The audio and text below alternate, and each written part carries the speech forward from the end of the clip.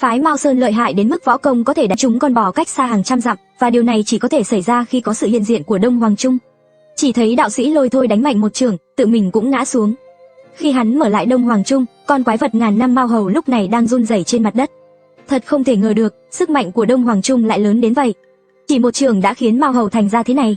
Thân thể của tà vật này còn cứng hơn thép, nếu đạo sĩ Lôi Thôi mạnh hơn chút nữa, nhốt cao thủ vào Đông Hoàng Trung và đánh vài cái, chắc chẳng mấy ai sống sót nổi. Nhưng tôi cũng không dám lại gần, liền gọi Tử Bạt đi thăm dò. Tử Bạt nhanh chóng lao lên, nhưng không ngờ Mao Hầu bỗng nhiên bật dậy, đè Tử Bạt xuống đất, phát ra tiếng gầm giận dữ. Tử Bạt hoàn toàn không có sức phản kháng. Mao Hầu vẫn là thế lực áp đảo, nhưng tôi cũng nhận ra rằng Mao Hầu cũng đã kiệt sức. Tiểu Béo nhanh chóng lao lên, dùng búa tử kim đánh mạnh vào đầu Mao Hầu. Nếu là bình thường Mao Hầu sẽ không cảm thấy gì, vì nó có thân thể bằng đồng sắt thép, đao thương không thể xuyên thấu. Nhưng lần này, Mao Hầu bị đánh lùi lại một khoảng cách. Thấy tình hình này, tôi lập tức lấy kiếm đào mộc đánh vào trán Mao Hầu. Chuỗi hạt Phật của Viên Không cũng bay tới tấn công nó. Sau đó, tôi chọn đúng thời điểm để lao tới, đánh thẳng Thiên Cương ấn vào Mao Hầu. Ngay lập tức, Mao Hầu phun ra một lượng lớn khí tử thi. Khí tử thi của Mao Hầu rất nhiều, Thiên Cương ấn hấp thụ suốt nửa tiếng mới hết. Lúc này Mao Hầu đã bất động hoàn toàn. Lão Lục, lần này giết được Mao Hầu, công đầu thuộc về cậu. Anh đã nói thế, thì tôi cũng nhận thôi. Sao không để tôi dùng tử đan của Vương Thi đổi lấy Mao Hầu của cậu? Anh thật quá đáng, thật ra anh muốn gì từ tôi? Anh chẳng hề thiệt chút nào, tôi không muốn dây dưa với anh. Khi khí tử thi của Mao Hầu gần như bị hấp thụ hết, tôi đốt Mao Hầu thành tro. Nhanh chóng, cho bụi cháy thành một khối tinh thể nhiều màu sắc. Đây là nguyên liệu tốt để luyện tử đan, không cần suy nghĩ tôi cất ngay vào. Sau khi xong mọi việc ở đây, chúng tôi không kịp nghỉ ngơi. Cả nhóm lập tức rời khỏi nơi này, tiến về phía ngoài hang động. Trên đường đi, tôi đốt một lá bùa truyền âm cho Kasan. Kasan, tình hình bên cậu thế nào? Ngô ca, chúng tôi hiện đang ở trong hang động trước đó, các anh đến sẽ biết ngay. Rất nhanh, chúng tôi đã đến nơi và thấy cảnh tượng kinh hoàng. Những người trong tổ điều tra đặc biệt đều nằm trên mặt đất. Kasan, chuyện gì đã xảy ra? Tiêu Nhất Hàng và Lý Nhược Yên đã biến mất từ lâu. Tôi dẫn đội trưởng Trương vào hang động này, sau đó phát hiện Tiểu Trang cũng đi rồi. Mọi người trong hang đều nằm trên mặt đất. Tôi nhìn một lượt, tất cả đều bị trúng độc, chắc hẳn là do Tiểu Trang làm. Tiểu Trang thật đáng ghét, sao hắn có thể ra tay được? Những người này đều là đồng đội 3 năm của hắn. Ngô ca, có vẻ như Tiểu Trang đã nương tay, những người này tuy bị trúng độc, nhưng không nguy hiểm đến tính mạng. Tôi đã giúp họ giải độc, vậy có nghĩa là Tiểu Trang cũng chưa đến nỗi tàn ác. Nếu hắn thật sự muốn giết những người trong tổ điều tra, với thủ đoạn của hắn, độc chết họ dễ như chơi. Hắn vẫn còn nhớ tình cảm cũ, giờ chẳng còn gì để làm, nhưng chúng ta cũng không muốn mang họ về. Vừa mới thu phục 7 con cương thi, chúng ta đã kiệt sức rồi. Sau đó chúng tôi ngủ lại trong hang một đêm, đợi đến sáng để Trương Địch tìm cứu viện. Chúng tôi vẫn ở bên cạnh canh chừng, vì sợ rằng Tiêu Nhất Hàng và Lý Nhược Yên quay lại. Tôi bây giờ rất thắc mắc, tại sao khi nghe Kasan nhắc đến tên sư phụ của hắn lại hoảng sợ bỏ chạy ngay lập tức. Không có cả dũng khí chiến đấu, tôi có thể cảm nhận được, thực lực của Bố Nhất Hàng mạnh hơn nhiều so với thây ma đầu đàn năm xưa. Nếu hắn hợp tác với những con cương thi đó để đối phó chúng ta không chắc có thể sống sót ra khỏi đây. Hắn vẫn quá coi thường chúng ta, nghĩ rằng chỉ với những con cương thi đó là có thể tiêu diệt toàn bộ chúng ta. Có lẽ Bối Nhất Hàng thực sự đã gặp Sát Thiên Lý, nên khi nghe tên Sát Thiên Lý, hắn đã hoảng sợ bỏ chạy. Nhưng sau sự việc lần này, Lý Nhược Yên và Bối Nhất Hàng có lẽ cũng không dám dễ dàng tìm chúng ta trả thù nữa. Sau đó, mất 2 giờ chúng tôi mới trở về căn cứ của tổ điều tra đặc biệt. Khi về đến nơi, thấy Lý Tắc Kiếm và Cốc Đại Ca đang trò chuyện trong sân. Cả hai đều cầm kiếm, có vẻ Lý Tắc Kiếm đang hướng dẫn Cốc Đại Ca luyện kiếm. Thấy chúng tôi trở về, họ liền tiến lại hỏi, các cậu gặp chuyện gì vậy, sao đi cả đêm thế? Tôi liền kể đơn giản về việc thu phục cương thi đêm qua, nghe xong họ đều tặc lưỡi. Thật không ngờ, vừa thoát khỏi nguy hiểm từ Nam An Quốc, lại gặp chuyện này. Cũng bởi vì Ngô lão Lục này, đi đâu cũng gặp rắc rối. Hắn độ kiếp, lại kéo chúng tôi chịu khổ cùng. Ngô lão Lục, cậu có chút liêm sỉ nào không? Lần này đến Nam An Quốc là do cậu gây rắc rối, liên quan gì đến tôi? Ha ha ha, chỉ cần các cậu về an toàn là tốt rồi. Giang hồ là vậy đấy, không muốn gặp rắc rối cũng sẽ tự tìm đến. Điều này không thể tránh khỏi, năm xưa, tôi và các anh em cũng vậy, giờ các cậu đã trở về rồi. Vậy tôi xin từ biệt mọi người, tôi định về Quảng Đông. Nhớ vợ con quá rồi, các cậu có thể đi cùng tôi sẽ tiếp đón các cậu chu đáo. Nghe Lý đại ca nói vậy, tôi mới nhận ra chúng tôi đã đi được hơn 2 tháng rồi. Lý đại ca, tôi cũng nhớ nhà, ngày mai tôi cũng định lên đường về. Núi cao sông dài, sau này chúng ta có nhiều cơ hội gặp lại, lần sau nhất định uống một bữa thật say. Được thôi, các cậu lúc nào cũng có thể đến Quảng Đông tìm tôi. Nói rồi, Lý Tắc Kiếm vẫy tay chào và rời đi. Tổ điều tra đặc biệt của tỉnh Quế sau một ngày nghỉ ngơi cũng không còn việc gì. Chúng tôi ngày hôm sau mua vé máy bay về Yến Bắc. Rất nhanh, chúng tôi đã trở về Tứ Hợp Viện. Chú Hổ thấy tôi liền vui mừng nói, thiếu gia, cuối cùng cậu đã về rồi. Gần 2 tháng nay lại có thêm nhiều công việc, đều đang chờ cậu. Nghe chú Hổ nói vậy, Tôi cảm thấy buồn bực, tưởng chú vui vì gặp tôi, hóa ra là đang chờ tôi về kiếm tiền dưỡng lão. Chú Hổ, nếu không phải chuyện sinh tử thì cứ hoãn lại đi. Lần này đi An Nam Quốc kiếm được khá nhiều, tiền dưỡng lão của chú không thiếu đâu. Bao nhiêu? 40 triệu, ha ha, quả nhiên thiếu gia vẫn là giỏi nhất. Thiếu gia, sau này cậu nên đi ra ngoài nhiều hơn, đừng ở nhà nhiều. Nghe vậy tôi chỉ biết cạn lời, nhưng vừa vào nhà tôi đã nghe thấy tiếng cười của Bát Gia. Sao lâu vậy rồi cậu không đến thăm tôi? Nhớ cậu quá đi, lại đây hôn một cái nào. Thôi mà, cháu còn phải đi học nữa. Ba cháu cũng không cho cháu đến đây. Đừng lo về ba cậu cứ đến khi cần. Dù sao ông ấy cũng ở xa, không quản được cậu đâu. Tiểu Mộng Phàm, tôi muốn ôm và nâng cậu lên. Nghe Bát Gia nói vậy, tôi nổi cả da gà. Tên già hư hỏng này, vừa nhìn thấy Dương Mộng Phàm là không đứng yên. Nhưng khi chúng tôi vừa vào, Dương Mộng Phàm đã thấy. Ngô ca, anh đi đâu vậy? Em tìm anh mấy lần mà không gặp. Anh đi nước ngoài nhận một công việc lớn mới về. Nhìn mọi người đều tươi tỉnh, chắc hẳn lần này được khá nhiều thứ. Lấy ra cho tôi xem nào. Bát Gia vẫn là Bát Gia, ngài hãy nhìn xem. Đạo sĩ Lôi Thôi liền lấy thi đan của Vương Thi ra, đúng là vật quý. Thi đan của Vương Cương Thi, nhưng thứ này quá nhiều tử khí, cần phải luyện lại mới dùng được, nếu không hiệu quả sẽ giảm nhiều. Bát Gia thật lợi hại, cái gì cũng không qua mắt được ngài. Tôi còn có cái này nữa. Lập tức tôi lấy ra mấy viên tinh thể từ cương thi bị đốt cháy. Ôi ôi, cậu có đào cả ổ cương thi không đấy? Còn có một con cương thi thượng đẳng Mao Hầu. Chúng tôi có thể giết được con cương thi Mao Hầu đó, đều là nhờ công lao của Bát Gia. Bát Gia đã giúp đỡ chúng tôi rất nhiều, còn giúp chúng tôi luyện hóa pháp khí, chỉ dẫn tu luyện, còn giúp luyện hóa các loại đan dược. Nếu không có Bát Gia, chúng tôi làm sao sống đến bây giờ? Chắc đã bị người ta giết từ lâu rồi. Mọi người có đúng không? Lần này lại nhờ Bát Gia luyện hóa những thứ này thành đan dược, mỗi người một viên. Khen vậy khiến Bát Gia vui mừng không biết làm gì, nhảy nhót trên cây, cười vang. Không vấn đề gì, việc này giao cho Bát Gia, một tuần là xong. Ngay lúc đó, Tiểu Mộng Phàm vội kéo tôi sang một bên và nói, Ngô ca, em đến tìm anh có việc. Có vẻ một đàn chị của em bị trúng tà, muốn anh ra tay giúp đỡ. Nếu tình cờ nhặt được kết tinh lấp lánh, ngàn vạn lần đừng vứt đi, bởi vì đó có thể là tinh hoa của xác sống ngàn năm bị đốt cháy. Tuy nhiên, sau khi khen ngợi Bát Gia vài câu, ông ấy nói rằng sau một tuần có thể luyện hóa các kết tinh này thành đan xác có thể nuốt được. Nhưng tôi tưởng rằng về Yến Bắc là có thể nghỉ ngơi rồi. Lúc này, Dương Mộng Phàm bí mật gọi tôi ra góc sân nói, Ngô Kiếp ca ca, muội cần huynh giúp đỡ. Có chuyện gì xảy ra vậy, Tiểu Mộng Phàm? Muội có một học tỷ, gần đây muội cảm thấy khí âm của tỷ ấy khá nặng, chắc là gặp phải thứ gì đó. Nhà chúng ta là gia tộc phong thủy, nhưng khi liên quan đến vấn đề ma quỷ, muội không dám chắc chắn để ra tay. Thế có nghiêm trọng không? Bây giờ chưa quá nghiêm trọng. Vậy được, nếu chưa quá nghiêm trọng thì đợi vài ngày nữa. Đợi Bát Gia luyện hóa kết tinh thành đan xác đã, tôi đi giúp bạn giải quyết được không? Không vấn đề gì, chủ yếu là lâu rồi không gặp, tôi cũng có chút nhớ Ngô Kiếp ca ca. Nghe những lời này tôi lập tức đỏ mặt, tôi tự nhiên biết những suy nghĩ nhỏ của Dương Mộng Phàm.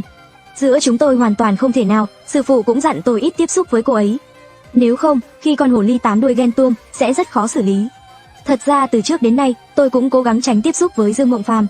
Trong vài ngày tới, chúng tôi không đi đâu cả, chỉ ở lại trong sân nghe lệnh của Bát Gia. Chúng tôi làm theo lời ông ấy luyện hóa những kết tinh đó, chúng tôi luân phiên ngồi canh bên lò lửa. 7 ngày sau, những kết tinh đó cuối cùng đã được luyện thành đan. Nhưng đan xác của Vương Xác Sống và Mạo Hổ chắc chắn tốt hơn. Ngoại trừ đan xác của Vương Xác Sống và Mạo Hổ dành cho Tiểu Kiếp và Tiểu La, số còn lại chúng tôi sẽ rút thăm. Vì công lao hạ gục Mạo Hổ là của Tiểu Kiếp và Tiểu La, nếu không phải ban đầu cậu ấy dùng pháp trận khống chế Mạo Hổ, Tiểu La kích hoạt Đế Hoàng Trung, các bạn đã không còn mạng. Đề nghị này của tôi, mọi người không có ý kiến gì chứ? Không vấn đề, tôi cũng không vấn đề gì. Sau đó mọi người đều nói như vậy, tôi và Lão La cũng không nói gì thêm, trong lòng chỉ vui vẻ nhận đan xác của Mạo Hổ rồi nuốt vào. Không lâu sau, cảm thấy một luồng khí lạnh chạy khắp kỳ kinh bát mạch, khí ở đan điền càng có một luồng khí mạnh mẽ lưu chuyển không ngừng. Khi tôi vận dụng Huyền Chân Ngộ Nguyên Công, lập tức có cảm giác thông suốt. Tôi cảm thấy không bao lâu nữa, tôi sẽ đột phá cảnh giới đệ tam trọng của Huyền Chân Ngộ Nguyên Công. Sau đó những huynh đệ khác lấy đan rồi nói cũng muốn về một chuyến. Thấy vậy, tôi liền bảo chú Hổ lần lượt đưa họ ra ga. Còn khi Viên Không sắp đi, tôi đưa anh ta giữ dùm thẻ 20 triệu, còn tôi cũng giữ lại 20 triệu dự phòng. Viên Không à, số tiền này anh nhất định phải giữ kỹ, ngàn vạn lần không để lão già kia biết anh giữ tiền của tôi. Cho dù ông ấy biết, dùng cách gì để đòi, anh cũng không được cho, biết không? Yên tâm đi, Ngô ca, tôi tuyệt đối không cho. Nói xong, Viên Không liền lên tàu rời đi, tôi giữ lại 20 triệu, vì còn có việc khác. Lá bùa tàng hình sắp hết, nếu không có thứ này, sau này đi lại giang hồ rất bất tiện. Vì vậy, tôi định đến chỗ Hoa tỷ mua thêm chút nữa, và cũng tạo cơ hội cho chú Hổ gặp mặt Hoa tỷ. Nhưng Hoa tỷ luôn không có thái độ tốt với chú Hổ, tôi chỉ có thể cố gắng tạo cơ hội cho họ, thành hay không là tùy họ. Sau đó, về lại tứ hợp viện, chú Hổ liền vội vàng thu dọn đồ chuẩn bị ra ngoài. Này, chú Hổ sao lại vội vã như vậy? Bát Gia, chú Hổ đã để ý một người phụ nữ, là một đường chủ của Vạn La Tông ở Yến Bắc. Chú luôn muốn cưới về nhà, nhưng người phụ nữ đó không để ý đến chú hổ.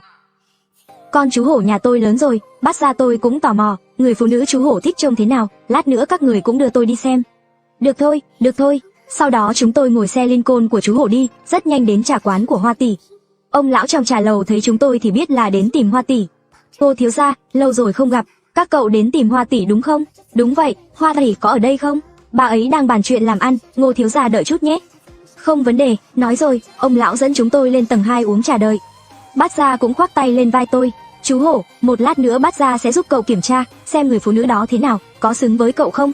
Ông phải giúp tôi xem kỹ đấy, người nhà tôi không còn ai, ông chính là người thân của tôi. Chúng tôi đang trò chuyện, thì bỗng nghe thấy tiếng cãi vã ngoài hành lang. Kim gia, thật xin lỗi, hàng ông muốn còn phải đợi 2 ngày nữa.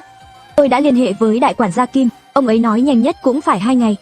Tiền tôi đã đưa rồi, các người kéo dài mấy ngày nay, có coi tôi ra gì không? Xin lỗi, toàn gia, ông chờ thêm 2 ngày nữa. 2 ngày sau tôi sẽ giao tận nhà ông. Hoa này, cái tát này để ngươi nhớ lâu, đừng nói là một đường nhỏ của Vạn La Tông, ngay cả tông chủ của Vạn La Tông gặp ta cũng phải gọi là gia. Nghe thấy tiếng động này, mặt chú hổ lập tức lạnh băng, ánh mắt như muốn giết người. Tôi đi chớt cha nó, dám đánh phụ nữ của tôi, nói rồi chú hổ liền lao lên. Thấy vậy, chúng tôi cũng vội vàng chạy theo, những người đến Vạn La Tông làm ăn đều là những người tu luyện. Mà người dám đánh Hoa tỷ, chắc chắn không phải người thường. Dù sao thì phía sau Hoa tỷ là cả Vạn La Tông, người thường không dám chọc vào. Ngay khi chúng tôi đến, thì thấy đám người đó ăn mặc khá kỳ lạ. Đứng trước Hoa tỷ là một lão già, sau gáy còn có 3 bím tóc nhỏ, bên cạnh còn có 2 người đàn ông lực lưỡng. Nhưng khi chú hổ thấy 5 dấu tay trên mặt Hoa tỷ, liền nổi giận. Mày, dám động vào phụ nữ của tao, muốn chết à? Nói rồi chú hổ lao lên, nhưng chưa kịp tới gần Kim gia, 2 người bên cạnh đã đánh bay chú hổ xa 5-6 mét. Thấy vậy, tôi cũng định lao lên, nhưng lúc đó Bát gia nói, tiểu kiếp, đừng lao lên, để chú ấy chịu chút đau đớn. Đừng lại đây, nhưng thấy chú hổ bị đánh, tiểu béo cũng lao lên. Dám đánh chú hổ của tôi, đánh tàn phế thì ai nấu cơm cho tôi? Để tôi đánh chết mấy người. 2 tên tay sai tưởng tiểu béo là người thường, liền đấm một cú vào mặt tiểu béo. Nhưng khí công bảo vệ cơ thể của tiểu béo làm 2 người đó bị bắn ra xa. Thấy vậy, tôi vội đỡ chú hổ dậy, cho uống một viên thuốc của tiệm thuốc họ Tạ. Nhưng chú hổ vẫn rất không phục, rút ra một con dao từ người, đi thẳng về phía Kim gia. Chú hổ, chú điên rồi, đừng lại đây, chú không phải đối thủ của ông ta. Đừng lại đây, tôi không quan tâm ông ta là ai, chỉ cần dám đánh phụ nữ của tôi sẽ liều mạng với ông ta. Mày là cái thá gì, giết mày còn làm bẩn tay Kim gia tao. Nghe vậy, chú hổ từng tức giận, nhưng Hoa tỷ cứ giữ chặt chú cũng không thể động đậy. Dù sao thì Hoa tỷ cũng là người tu luyện, chú hổ không phải đối thủ của Hoa tỷ. Nhưng tôi nhận ra, ánh mắt Hoa tỷ nhìn chú hổ lần này khác trước, dù sao thì người đàn ông dám vì mình mà liều mạng với người khác, phụ nữ nào lại không động lòng.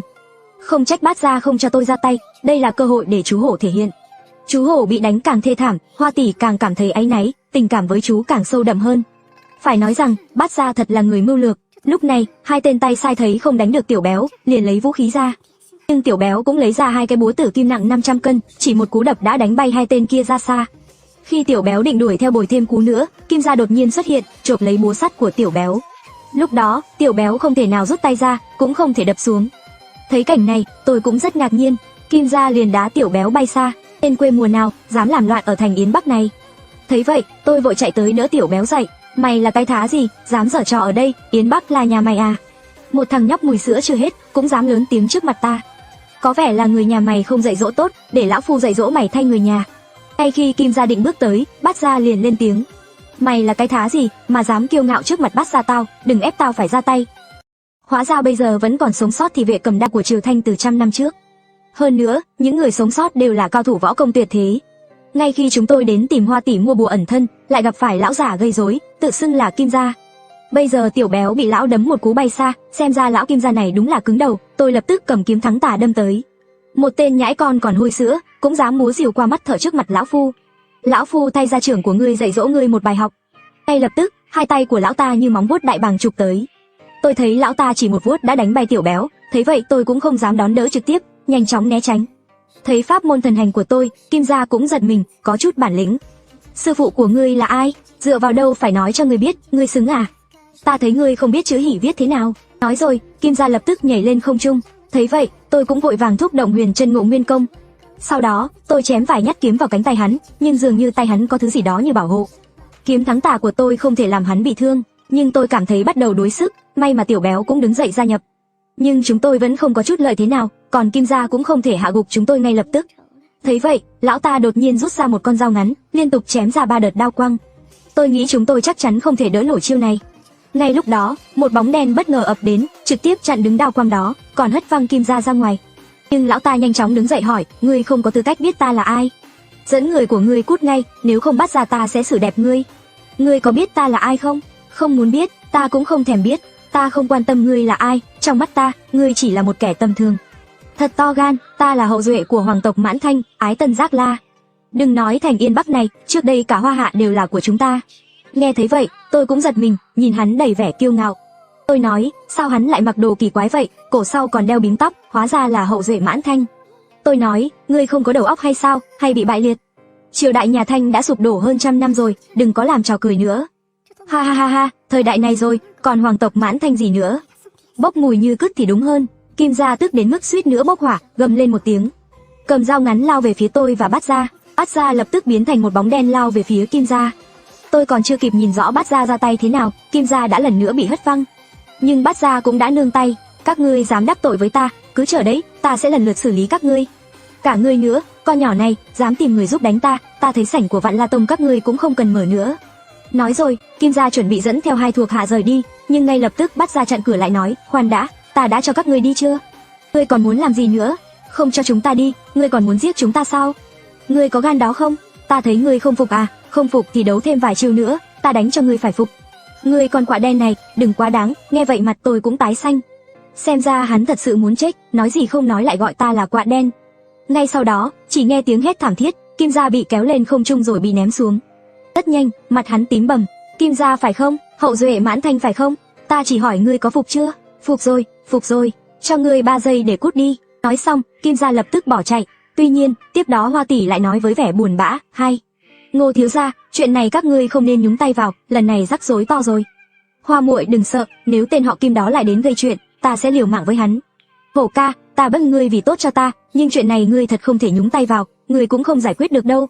Ta sao lại không giải quyết được, chẳng phải vẫn còn thiếu gia và Bát gia của ta đây sao? Chuyện của ngươi cũng là chuyện của ta cũng là chuyện của thiếu gia ta. Ôi, thật là một vòng tròn, chuyển vấn đề lên đầu ta. Hắn tán gái lại bảo ta đứng ra chịu, nhưng lúc này, Hoa tỷ cung kính chào Bát gia. Vãn bối Hoa Nguyệt Dung, đường chủ phân đường Yên Bắc của Vạn La Tông, ra mắt đại lão Yên Bắc, Bát gia. Ngài gọi tôi là Tiểu Hoa được rồi. Người biết ta, dù chỉ gặp một lần, nhưng danh tiếng của Bát gia vang dội như sấm bên tai, vãn bối đương nhiên rất ngưỡng mộ. Danh tiếng của Vạn La Tông chúng tôi, chắc công gia cũng đã nghe qua, nhiều chuyện không thể giấu được tai mắt chúng tôi. Ngươi thật thú vị, bảo sao hổ ngốc lại bị ngươi mê hoặc. Bát gia ta cũng không giúp ngươi vô ích. Hoa tỷ, vừa rồi tên Kim gia đó là ai, sao lại ngang ngược như vậy, dám đánh cả ngươi, hắn không sợ Vạn La Tông chút nào sao? Ngô thiếu gia, nói ra chuyện này cũng là lỗi của tôi. Kim gia vài ngày trước đến đây đặt mua một cây nhân sâm 500 năm, yêu cầu lấy hàng trong 5 ngày. Nhưng loại thiên tài địa bảo này không dễ tìm chút nào. Tôi chỉ có thể nhắn với quản gia Kim, nhờ họ tìm giúp. Lúc đó tôi đã nói với Kim gia, trong 5 ngày không chắc sẽ tìm được. Kim gia nói cần gấp, để lại tiền rồi đi ngay, không nghe tôi giải thích. Vừa đúng 5 ngày, hắn đã dẫn người đến, hỏi hàng chưa có, liền nổi giận đánh tôi một cái tát. Người này quá đáng rồi, đúng là ép người quá đáng mà. Phải dạy dỗ hắn một trận, nhưng Kim gia ở Yên Bắc Thành cũng là một nhân vật. Hậu duệ Mãn Thanh, trên Kim gia còn có một lão tổ tên Kim Tinh Nguyên, nghe nói là cao thủ đứng đầu ở Yên Bắc Thành. Nhân vật như vậy, chúng ta sao dám đụng vào, chỉ có thể chịu thiệt thòi thôi. Hóa ra là lão quái vật đó. Bát gia, ngài biết Kim Tinh Nguyên sao? Nghe nói qua nhưng chưa gặp bao giờ, nhưng chắc chắn người này là cao thủ. Hắn có phải đối thủ của ngài không, Bát gia? Không biết, cũng khó nói, phải đánh mới biết được. Chuyện này các ngươi không cần lo, để ta nhờ quản gia Kim đứng ra thu xếp, chắc sẽ giải quyết được thôi. Đúng rồi, Ngô thiếu gia, lần này các ngươi đến chắc là có việc gì đúng không? Lúc này tôi mới nhớ lấy ra 1 triệu đưa cho Hoa tỷ nói, Hoa tỷ, bùa ẩn thân của tôi sắp hết rồi, ngài cho tôi thêm một ít bùa ẩn thân để dùng nhé. Chuyện này không thành vấn đề, dù bùa ẩn thân khó tìm, nhưng Vạn La Tông chúng tôi vẫn có cách riêng. Trong 3 ngày, tôi chắc chắn sẽ chuẩn bị đủ bùa ẩn thân cho Ngô thiếu gia. Nói xong, chúng tôi rời khỏi quán trà để về. Bát gia, Kim Tinh Nguyên này rốt cuộc là ai? Tôi đã nghe nói về ông ta. Kim Tinh Nguyên cũng là một lão già sống hơn 100 tuổi, nghe nói từng là thị vệ cầm đao của Từ Hy Thái hậu, là cao thủ đệ nhất trong cung. Ông ta cũng là hậu duệ Mãn Thanh, bây giờ ở Yên Bắc giống như tôi và ông nội của cậu, đều phải ở đây trấn thủ Yên Bắc. Nói vậy, Kim Tinh Nguyên có tu vi rất cao, có thể đấu tay đôi với ông nội cậu. Còn hơn thế nữa, tôi nghĩ dù đấu với ông nội cậu cũng ngang ngửa. Người trấn thủ Yên Bắc, ai cũng không phải nhân vật tầm thường. Nói vậy, Kim Tinh Nguyên có quan hệ với đội đặc nhiệm? Chắc chắn là có, hơn nữa vị trí của ông ta trong đội đặc nhiệm cũng không thấp, không kém gì ông nội cậu. Ôi trời, Yêm Bắc đúng là nơi ẩn giấu cao thủ. Tôi tưởng ông nội, bát gia và sư phụ tôi đã là cao thủ đỉnh cao ở Yên Bắc, giờ mới thấy còn nhiều đại lão ẩn giấu ở đây. Bát gia, hôm nay chúng ta đánh người của Kim Tinh Nguyên, lão ta có tìm chúng ta tính sổ không? Sợ cái quái gì, có tôi và lão Trường ở đây, họ Kim không làm được gì đâu. Nếu bát gia đã nói vậy, chúng tôi yên tâm rồi. Nhưng ngay khi chuẩn bị ăn tối, cửa sân đột nhiên bị đập mạnh, tim tôi đột nhiên thắt lại, lẽ nào Kim gia đem lão tổ đến xử tôi? Thì ra thị vệ mang đao của Triều Thanh lại lợi hại như thế ở thế kỷ 21 này. Đây chính là người từng gặp Từ Hy Thái hậu mà vẫn còn sống. Ngay khi chúng tôi từ chỗ Hoa tỷ trở về, đột nhiên nghe thấy tiếng đập cửa sân. Nghe thấy tiếng này, tôi lập tức có chút hoang mang, chẳng lẽ Kim gia bị đánh gọi tổ tiên đến gây sự. Lúc này Tiểu Béo nhanh chóng đi tới, thằng này, ai là lão già đó, đập hỏng cửa nhà chúng tôi, đền đi. Tôi và chú Hổ cũng vội vàng bước ra, lúc này mở cửa ra thấy trên đường đỗ vài chiếc xe. Kim gia bị đánh hồi chiều dẫn theo mấy người nhìn chằm chằm tôi rồi nói, tên họ Ngô kia, tao đã nói sẽ từng người một tính sổ với chúng mày. Tao không bao giờ để thù qua đêm, bây giờ tao đến để xử chúng mày đây. Con quạ đen đâu, kêu nó ra đây. Tên họ Kim kia, hôm nay mày bị đánh chưa đủ à, lại đưa mình đến để bị đánh nữa hả? Mày đừng có kiêu ngạo, một lát nữa tao sẽ bắt mày quỳ xuống gọi ông nội. Ai chà, ai khẩu khí lớn thế, không sợ gió lớn làm rách lưỡi à? Nói mày không ở nhà ngoan ngoãn, chạy lung tung làm gì? Giờ đội tìm kiếm ở Yên Bắc ngày càng dữ tợn hơn. Cẩn thận kẻo bị bắt đi. Theo tiếng nói, Bát gia trực tiếp hạ xuống vai tôi. Không lâu sau khi Bát gia xuất hiện, Kim gia nhanh chóng lùi lại một bước. Lúc này, một ông lão tóc bạc phơ bước ra từ một chiếc xe. Không nhìn rõ tuổi tác của ông lão này, gầy gò, với cái bím tóc dài trên cổ rất nổi bật. Tôi đột nhiên cảm thấy áp lực lớn. Bát gia nhìn thấy người này cũng trở nên căng thẳng. Có lẽ đây là tổ tiên của Kim gia, Kim Tinh Nguyên. Người ta nói đánh chó cũng phải nhìn chủ. Ngươi đánh người của ta, có phải nên cho lão phu một lời giải thích không? Ngươi muốn lời giải thích, ta còn muốn lời giải thích từ ngươi đây. Người của ngươi ra tay trước đánh người của ta, hơn nữa còn đánh hai người. Ta chỉ là ăn miếng trả miếng mà thôi. Mấy đứa nhỏ đánh nhau, chúng ta làm người lớn chẳng phải không nên can thiệp sao? Ngươi đã ra tay thì đã phá vỡ quy tắc, phá vỡ quy tắc thì phải chịu hậu quả. Ngươi nói sao? Ngươi nói láo trắng trợn. Ngươi nhìn xem người của ngươi bao nhiêu tuổi, còn ra ngoài bắt nạt trẻ con. Lão phu không chịu nổi mới ra tay. Ngươi muốn so tài với ta sao? Đó cũng không thành vấn đề. Lâu rồi không động tay động chân với ai, đúng lúc hoạt động gân cốt. Được thôi, đó là ngươi nói đấy. Lập tức Kim Tinh Nguyên ra tay, chỉ một chiêu đã vung tay chém về phía chúng tôi. Tôi lập tức cảm nhận được một luồng sức mạnh kinh khủng tràn đến, như thể trời sập xuống. Bát gia ngay lập tức vỗ mạnh đôi cánh, cũng có một luồng sức mạnh lớn lao tràn về phía Kim Tinh Nguyên. Dù Bát gia đã giảm bớt phần lớn sức mạnh, nhưng dư lực vẫn hất chúng tôi bay ra xa. Trời ạ, nếu không có Bát gia đỡ bớt, chúng tôi chắc phải tiêu rồi. Tên đó ra tay là muốn giết người. Bát gia ngay lập tức tức giận nói, tên họ Kim, đừng có quá đáng. Ngươi thật sự nghĩ ta sợ ngươi à? Nếu đã vậy, thì chúng ta đấu vài chiêu. Nói rồi Bát gia lập tức bay lên không, kèm theo tiếng phượng hoàng kêu. Bát gia ngay lập tức biến thành phượng hoàng lửa cháy rực. Lúc này, ông Trương ở bên cạnh đột nhiên bước ra nói, lão Bát, bình tĩnh. Để việc này cho ta. Thấy ông Trương tới, Bát gia lại biến trở thành chim, tức giận nhìn Kim Tinh Nguyên. Lão Kim, trẻ con đánh nhau, không cần làm lớn chuyện như vậy chứ. Điều này không tốt cho ai cả. Người hiền lành cũng có giới hạn, con quạ đen đánh người của ta, không thể bỏ qua như vậy được. Ngươi muốn sao? Ta muốn lấy một tay của thằng bé đó, vậy là xong chuyện. Mẹ nó, liên quan gì đến ta? Ta đâu có đánh Kim gia, tại sao lại muốn lấy tay ta? Ánh mắt ông Trương lập tức trở nên lạnh lùng. Tên họ Kim, người biết hắn là đệ tử của ai không? Muốn lấy tay hắn, người sẽ mất mạng đấy. Lão phu không cần biết hắn là đệ tử của ai, nhưng ở Yến Bắc Thành này, có kẻ dám động thủ với hậu nhân của ta, thì chính là tát vào mặt ta. Hôm nay, lão phu nếu không tìm lại thể diện, sợ rằng sau này người Yến Bắc Thành đều nghĩ ta dễ bắt nạt. Ai cũng dám ngồi lên đầu ta mà đi vệ sinh. Lão Kim, chúng ta dù không giao thiệp nhiều, nhưng cũng quen biết nhiều năm rồi. Nghe ta khuyên một câu, đi như thế nào thì về như thế đó, ta coi như chưa có gì xảy ra. Nếu ngươi cố chấp như vậy, thì hãy chuẩn bị chịu hậu quả. Ngươi cứ coi như ta đang đe dọa ngươi, dù ngươi có lớn gan đến đâu, dám đối đầu với cả núi Long Hổ không?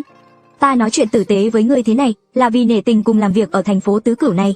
Giờ ngươi đã tìm đến tận cửa nhà ta, có phải ngươi nghĩ ta dễ nói chuyện không?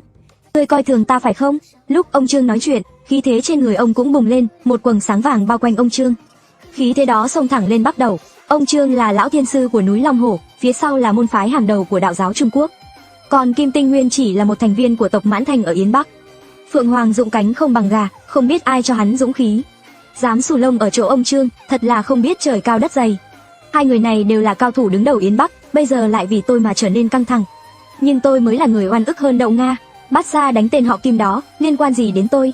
Sao mặt tôi lại ghi là chịu tội thay chứ? Lúc này, Kim Tinh Nguyên cũng rút ra một thanh đao dài và nói, được thôi, hôm nay lão phu sẽ xem thử thủ đoạn của lão thiên sư núi Long Hồ. Lời chưa dứt, ông Trương cũng rút ra một thanh pháp kiếm. Ngay lập tức, Pháp khí của hai người va chạm với nhau, tạo ra một luồng sóng khí lan tỏa khắp nơi. Chúng tôi ngay lập tức bị hất bay ra xa, chỉ có Bát Gia còn ở lại. Sau khi tôi đứng lên, thì thấy mây đen trên trời nhanh chóng bao quanh hai người họ. Trong khi họ đánh nhau, chúng tôi cũng phải động thủ. Kim Gia nhanh chóng thu ánh mắt từ trên cao nhìn về phía chúng tôi. Bát Gia đã đứng lại trên vai tôi. Kim Gia phải không, lại gặp nhau rồi. Không có lão Kim bảo vệ, ngươi còn kiêu ngạo như vừa nãy không? Tiểu Kiệt, Tiểu Béo, hai đứa lên xử lý bọn chúng. Bát Gia bảo vệ các ngươi. Nghe vậy, chúng tôi không khách sáo, lập tức xông lên. Đám người của Kim Gia cũng lao tới, nhưng Bát Gia vẫn bay trên không, theo dõi Kim Gia. Chờ thời cơ, liền chộp lấy Kim Gia từ trên không xuống. Đám tay sai của Kim Gia không mạnh lắm, bị tôi và Tiểu Béo đánh gục nhanh chóng. Khi tôi đang hăng máu, thì nghe tiếng nổ trên đầu, đột nhiên có sấm sét trong đêm tối. Không biết ai đã kích hoạt sức mạnh của lôi pháp. Nhìn tình hình này, ông Trương định liều mạng với Kim Tinh Nguyên. Nhưng tình hình này không kéo dài lâu, đột nhiên có vài chiếc xe xuất hiện trong con hẻm nhỏ này. Một nhóm người mặc đồ Tôn Trung Sơn bước xuống từ xe. Tôi nhận ra một bóng dáng quen thuộc, chính là Đường Thượng Ninh. Ông ta đứng phía sau nhóm người mặc đồ Tôn Trung Sơn. Trong đám người đó, có một ông lão đeo kính xuất hiện, trông không có chút tu vi nào, nhưng lại mang đến áp lực lớn. Lúc này, ông lão nhìn Bát Gia một cái, Bát Gia lập tức dừng lại và bay đến vai tôi. Lúc này tôi mới nhận ra ông ta là người thường xuất hiện trên TV, có quyền lực tuyệt đối ở Trung Quốc. Ông Trương, ông Kim, đừng đánh nữa, xuống đây nói chuyện. Hai người kia nhìn thấy ông ta cũng kinh ngạc, nhanh chóng quay lại mặt đất. Ông Trương, ông Kim, mọi người đều là người một nhà, sao lại đánh nhau? Hai người đều là những người đứng đầu ở Yến Bắc, sao lại có thể dễ dàng động thủ như vậy, lại còn trước mặt mọi người? Nếu bị truyền ra ngoài, hậu quả không thể tưởng tượng. Thật là vô tổ chức, vô kỷ luật. Ông ta nói vậy, ông Trương và Kim Tinh Nguyên đều không nói nên lời. Thôi được rồi, để tôi làm người hòa giải. Bất kể các người có ân oán gì, ở Yến Bắc này, không thể tùy tiện động thủ. Không nói đến cái khác, những tứ hợp viện này cái nào cũng là di tích, đánh hỏng rồi thì không thể khôi phục. Các người có khó khăn gì, đều có thể báo cáo lên trên. Chúng ta có thể bàn bạc giải quyết. Các người bây giờ không chỉ là người giang hồ đơn thuần, không thể tùy tiện đánh giết giết. Hôm nay nể mặt lãnh đạo, ta bỏ qua cho hắn. Hắn đã đánh đến cửa nhà ta, nếu ta không ra tay, chẳng phải nghĩ rằng ta, núi lòng hổ, sợ hắn sao? Tên họ Trương, không cần ngươi bỏ qua cho ta. Nếu ngươi không phục, chúng ta tiếp tục đánh. Đừng làm loạn nữa, ông Kim. Ta phải nói ngươi vài câu, có ân oán gì mà phải làm to chuyện như vậy? Có ai mất mạng không? Không có, vậy là xong rồi. Ông Kim, về ngay. Đây là lần đầu tiên, tuyệt đối không có lần thứ hai. Kim Tinh Nguyên thấy lãnh đạo nghiêm mặt cũng không dám nói gì, chỉ có thể gật đầu. Sau đó dẫn người rời đi. Đợi Kim Tinh Nguyên rời đi rồi, lãnh đạo liền cùng ông Trương vào nhà. Có chuyện gì quan trọng sao? Bạn đã nghe nói về đứa trẻ sẽ sinh ra sau 3 tháng mang thai chưa? Đó lại là một loại quỷ thai. Sau khi Kim Tinh Nguyên bị lãnh đạo mắng và đuổi đi, lãnh đạo đó liền cùng ông Trương bước vào tứ hợp viện của ông. Tôi tưởng là có chuyện gì quan trọng, đợi khoảng 5-6 phút sau, lãnh đạo đó liền ra ngoài và lên xe đi mất. Rõ ràng lãnh đạo này vẫn ủng hộ ông Trương. Sau đó, chúng tôi cùng nhau bước vào sân nhà ông Trương. Ông Trương, thật xin lỗi, tôi đã gây rắc rối cho ông rồi. Không sao đâu, tôi đã từ lâu không ưa gì Kim Tinh Nguyên rồi. Hắn ta, cả ngày tỏ ra kiêu căng ngạo mạn, nếu tôi không dạy dỗ hắn một chút, hắn còn không biết trời cao đất dày là gì. Ông Trương, Kim Tinh Nguyên có phải đối thủ của ông không? Trong 100 chiêu không thể phân thắng bại, sau 100 chiêu thì chưa nói được. Nhưng tôi có 7 phần chắc chắn có thể đánh bại hắn. Người này cũng không phải đơn giản, cách đây 100 năm, hắn đã là một cao thủ đỉnh cao rồi. Sau này hắn có còn gây phiền phức cho chúng ta không? Không đâu, bạn yên tâm đi, nhưng bạn cũng đừng tự gây sự với hắn nữa, hãy kiềm chế một chút là được. Được rồi, ông cứ nghỉ ngơi đi, tôi đi trước đây. Buổi tối, Bát Gia lại bay đến, tôi vội vàng bảo chú hổ lấy ít hạt dưa ngon cho Bát Gia, dù sao tất cả chuyện này đều do chú hổ gây ra để tán tỉnh Chị Hoa. Tôi cũng vội vàng nịnh Bát Gia, ngài biến thành Phượng Hoàng thật là oai phong, tôi tò mò là nếu ngài cùng ông Trương hợp sức, mất bao nhiêu chiêu để hạ Kim Tinh Nguyên? Chỉ cần 50 chiêu đã đánh bại được tên của lỗ sĩ đó đến mức bà nội hắn cũng không nhận ra. Nếu có sư phụ của cậu ở đây, chắc chẳng cần đến tôi và ông Trương ra tay. Sư phụ của cậu mạnh thế sao? Tất nhiên rồi, sư phụ của cậu vẫn còn sống mà, lão Kim không phải là đối thủ của ông ấy đâu. Nhưng mà, qua chuyện này, chúng ta cũng có được một số lợi ích, đó là thái độ của chị Hoa đối với chú hổ đã thay đổi rất nhiều. Mấy ngày nay tôi thấy chú hổ thường ngồi một mình trong phòng, cười tươi rói ôm lấy điện thoại, chắc chắn là đang nhắn tin với chị Hoa. Nhưng chiều hôm đó, Dương Mộng Phàm lại đến tứ hợp viện. Anh Ngô Kiếp, anh mau đi xem chị học của em đi, tình trạng của chị ấy ngày càng nghiêm trọng rồi. Có vẻ như cô ấy cũng không thể chịu đựng được lâu nữa đâu, rốt cuộc là có chuyện gì vậy? Tôi cũng không rõ lắm, dù sao thì đây cũng là chuyên môn của anh, bây giờ tôi sẽ đưa anh qua xem thử. Chị học của tôi đang ở Yến Bắc, lúc đó tôi bảo chú hổ lái xe, đi về phía căn hộ mà chị ấy đang thuê. Trên đường đi, Dương Mộng Phàm nói với tôi một số tình hình của chị học. Anh Ngô Kiếp, chị học của em tên là Lưu Dĩnh Dĩnh, sau khi tốt nghiệp đại học, chị ấy làm trợ lý giám đốc cho một công ty tư nhân. Chủ của chị ấy là một người phụ nữ, rất có tiền, bà chủ rất hài lòng với công việc của Lưu Dĩnh Dĩnh và cũng trả lương rất cao cho chị ấy. Nhưng mấy tháng trước, tôi gặp chị ấy một lần, thấy rằng chị ấy bị bao phủ bởi một lớp khí âm u. Lần gần đây khi tôi gặp lại chị ấy, tôi phát hiện ra rằng khí âm trên người chị ấy càng ngày càng nặng. Không những thế, bụng chị ấy còn to ra, giống như đang mang thai vậy, nhưng chị ấy không có bạn trai, cũng đã đi bệnh viện kiểm tra và không mang thai, chỉ là bị đầy bụng thôi. Nghe đến đây, tôi cảm thấy hơi khó hiểu, nhưng chắc chắn là đã dính vào thứ gì đó không sạch sẽ rồi. Chúng tôi nhanh chóng đến dưới căn hộ của Lưu Dĩnh Dĩnh, sau đó nhanh chóng đến trước cửa nhà chị ấy, gõ cửa một lúc lâu mới thấy Lưu Dĩnh Dĩnh ra mở cửa. Lúc này, khi nhìn thấy Lưu Dĩnh Dĩnh, tôi giật mình, mặt chị ấy trắng bệch như một người chết rồi. Sau đó, chị ấy mời chúng tôi vào nhà. Chị Lưu, đây là bạn của em, anh Ngô Kiếp, anh ấy là đệ tử của vua phong thủy ở Yến Bắc, lần này anh ấy đến đây để giúp chị xem bệnh. Chào cậu Ngô, làm phiền cậu giúp đỡ tôi rồi. Sau đó tôi đã kiểm tra mạch đập của Lưu Dĩnh Dĩnh và phát hiện ra một hiện tượng mạch đập kỳ lạ. Mộng Phàm, em vào phòng ngủ kiểm tra vùng lưng của chị Lưu xem sao, còn hai người chúng tôi thì ngại nên ra phòng khách đợi. Vài phút sau, Dương Mộng Phàm có chút kinh ngạc nói, anh Ngô Kiếp, em đã nhìn thấy rồi, thật đáng sợ. Vùng eo đến lưng của chị ấy có những mạch máu đen, trông giống như mạng nhện. Rốt cuộc đây là chuyện gì vậy? Không giấu gì em, những mạch máu đen xuất hiện trên lưng Lưu Dĩnh Dĩnh được gọi là quỷ văn, chỉ khi trong bụng có quỷ thai thì mới xuất hiện triệu chứng này. Khi sinh ra quỷ thai, những quỷ văn này sẽ biến mất, nhưng lúc đó, Lưu Dĩnh Dĩnh cũng sẽ mất mạng vì đã sinh ra quỷ thai. Quỷ thai, đúng vậy, là quỷ thai, là đứa con của một quỷ vật. Sao lại như vậy được? Sao chị Lưu lại mang trong mình đứa con của quỷ vật? Tại sao khi sinh ra quỷ thai, chị ấy lại mất mạng? Bởi vì quỷ vật là thứ tà ác mà trời đất không dung, sự sinh ra của nó sẽ rút hết sinh lực của người mẹ. Chỉ cần quỷ thai sinh ra, Lưu Dĩnh Dĩnh sẽ bị hút cạn toàn bộ sinh khí và mất mạng. Vậy đứa trẻ trong bụng chị ấy rốt cuộc là người hay quỷ? Tất nhiên là quỷ, không có hình dạng cụ thể nên bệnh viện cũng không phát hiện ra được. Nhìn tình hình này, chắc là đã lâu rồi. Quỷ thai không như thai người 10 tháng, chỉ cần 3 tháng là có thể sinh nở. Tình trạng của Lưu Dĩnh Dĩnh như vậy, chắc là còn có thể cầm cự được 7 ngày nữa, sau 7 ngày sẽ chớt bất đắc kỳ tử. Anh Ngô Kiếp, anh phải cứu chị ấy, bao nhiêu tiền tôi cũng sẽ chi trả. Mộng Phàm à, vì là chị học của em, anh sẽ không lấy tiền của em đâu. Chúng ta là bạn bè mà, nhưng chị học của em phải kể lại hết mọi chuyện cho anh nghe, nếu không anh cũng không cứu được chị ấy. Lúc này, Lưu Dĩnh Dĩnh cũng bước ra và nói, cậu Ngô, tôi bị làm sao vậy, có nguy hiểm không? Chị Lưu, thật không dám giấu, vấn đề của chị rất nghiêm trọng, nếu không được giải quyết, thì chị chỉ còn sống được 3 ngày nữa thôi. Nghe đến đây, Lưu Dĩnh Dĩnh suýt ngất xỉu, Ngô tiên sinh, anh phải cứu tôi sẽ kể hết mọi chuyện cho anh. Mấy tháng trước, chị có ăn hoặc uống thứ gì kỳ lạ không, vị rất lạ ấy. Còn nữa, chị có mơ thấy những giấc mơ kỳ lạ nào không? Sở dĩ anh hỏi vậy, là vì để Lưu Dĩnh Dĩnh mang thai quỷ thai, cần có một chất trung gian, giúp tạo ra liên kết giữa quỷ vật và chị ấy. Có thể là tro của quỷ vật trộn với một loại phù chú nào đó, cùng với một số thứ khác nữa, anh cũng không chắc cụ thể là gì. Tôi không nhớ là mình đã ăn gì lạ đâu, nhưng vài tháng trước, tôi thường xuyên mơ thấy những chuyện rất kỳ quái. Nói đến đây, mặt Lưu Dĩnh Dĩnh đột nhiên đỏ lên, rõ ràng là có chút ngại ngùng. Mơ thấy gì, chị có thể kể cho chúng tôi nghe không, càng chi tiết càng tốt. Khoảng 3 tháng trước, ban đêm, tôi thường mơ thấy một giấc mơ kỳ lạ, trong đó xuất hiện một người đàn ông, tôi không thể nhìn rõ mặt anh ta luôn gọi tôi là vợ, sau đó anh ta đến nắm lấy tay tôi, rồi chúng tôi xảy ra chuyện đó.